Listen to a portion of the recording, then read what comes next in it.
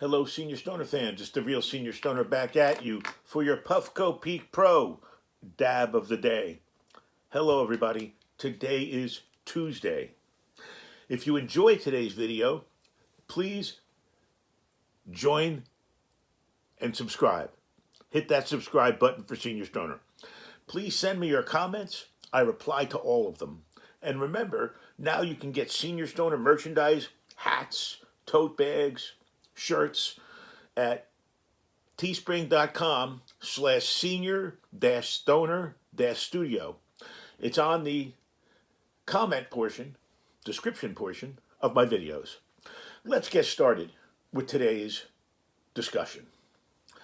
Well, I think most of us would agree that we encounter chaos in our lives quite a bit. Maybe we even live in chaos like I do. Well, how do you stay calm in the midst of the chaos that goes on? It's the nature of life to have panic and chaos, I think. Everyone dreams of things running smoothly and efficiently with people that care and help that you can get just by reaching up and saying, I need help. Well, rather than doing that, unfortunately, people turn into whirling dervishes. Like me, for example. You're bouncing off one thing to the other, to the other, to the other, and it just doesn't settle down.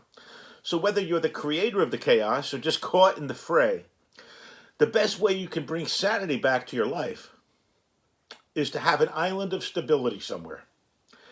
It's a lot harder than it sounds because people are running around, think of our lives like our hair is on fire.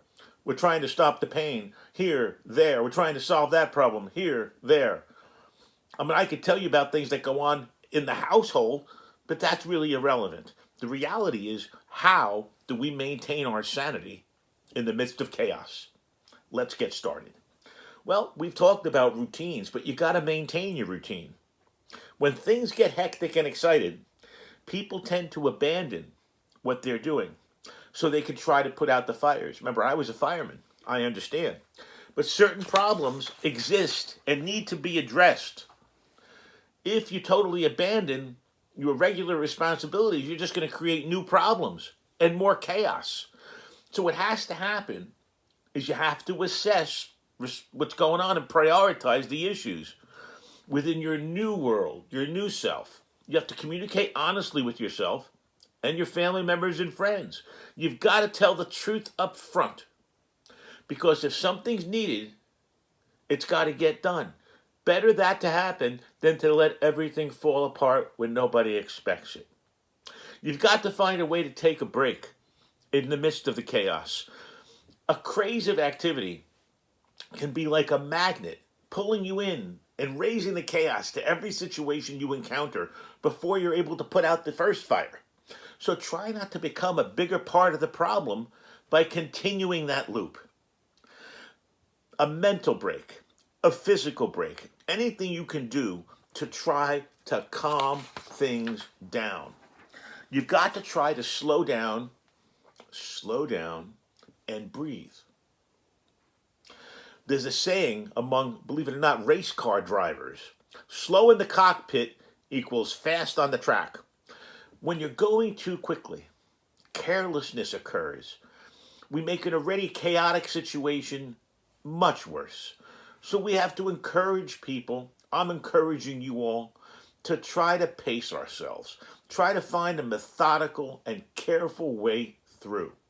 Hyperventilation never helped anyone. So try to take a few breaths and relax. If you try to stay focused and study, you can accomplish a lot more in less time. Try to make yourself more comfortable. And try to identify and manage the points of stress. They are daggers. They are sharp points that hit and hurt. In all the people that are out there experiencing this, some reach their breaking point. Some have such a bad breaking point that it causes others to break as well. You can't take care of everyone's stress and chaos, but maybe you can manage your own. So maybe what we do is practice self-awareness. Practice looking at what pushes our buttons and prepare for the inevitable. That's the key. You have to prepare, I think, for this. You've got to find a way to monitor your stress. You've got to find a way to disengage before you get past the point of no return. And you've got to find a way to be open with others about drives your blood pressure up and what drives you up a wall. Because guess what? Then it can be avoided. And then things can be kept happy. You know what? If you see chaos on the horizon, or you're in it now, call for a timeout. Often chaos starts totally unnecessarily and builds momentum because people leap into action without consideration. Thus, chaos occurs. Soon they're racing around, screaming, without thinking, without understanding whether there's a need for panic or not. So no matter what your position in the situation, we can be the voice of reason. We can call for momentary halt. We can look in the mirror for 5 seconds and say, calm down. We can have a discussion with ourselves and try to get better organized. And once we do all this, guess what? You can still apply the necessary measures to whatever you were trying to accomplish. If words aren't enough, you know what? Actions speak louder than words. So you've got to get it done somehow. The best way to get it done is to keep perspective. Situations spin out of control, mostly because people only focus on the difficulty in a particular slice. In many cases, the problem doesn't impact a large situation. It's a very small slice. But because people focus on the slice, they don't see other problems happening.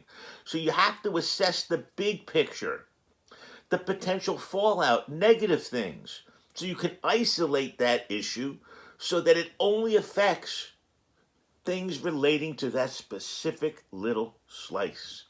And it brings us to the next one. Control what you can control. Maybe you can control a little sliver, but when it gets gargantuan, nobody can control it. When the world's in a panic, you can't afford to have any effort wasted. Most likely, there are issues definitely beyond our reach. So there's no need to waste valuable energy on those problems. If we can identify and resolve the issues we can deal with effectively and quickly, guess what? We then will have more resources to tackle the bigger, more difficult problems. Chaos. It's not stopping. Calm during chaos. Wishful thinking for many. I think attitude is more than half the battle in a chaotic situation. High stress situations, dealing in trauma and emergencies, somehow are able to maintain their cool and their humanity. Look at rescue squads, okay? So, try to relax. Try to maintain, believe it or not, a smile in a comforting manner. Not a fake one, but a smile. Because with an honest smile, you might be able to put yourself and the others in the chaotic situation at ease and let most everyone focus on the positives, not the bad thing happening. I hope so. Well, this has been the Real Senior Stoner, talking about how we can operate in a chaotic situation and turn it around. That's really what we want to do. You want to get into chaos and make it non-chaotic. Or at least you want to go into chaos and come out of it as well as you went into it. What you don't want to have happen is for the chaotic situations in life, and they're all around us, to rule us.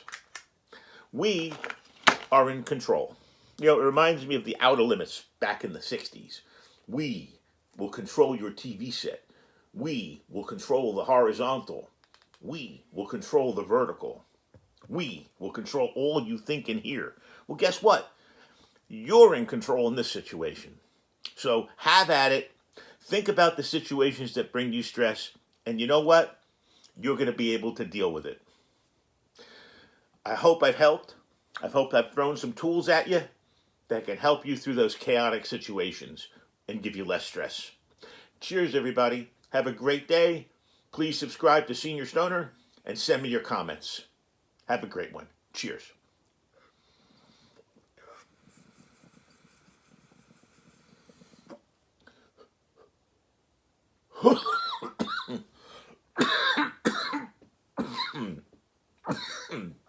Nothing like that. First dab of the day. Cheers, everybody.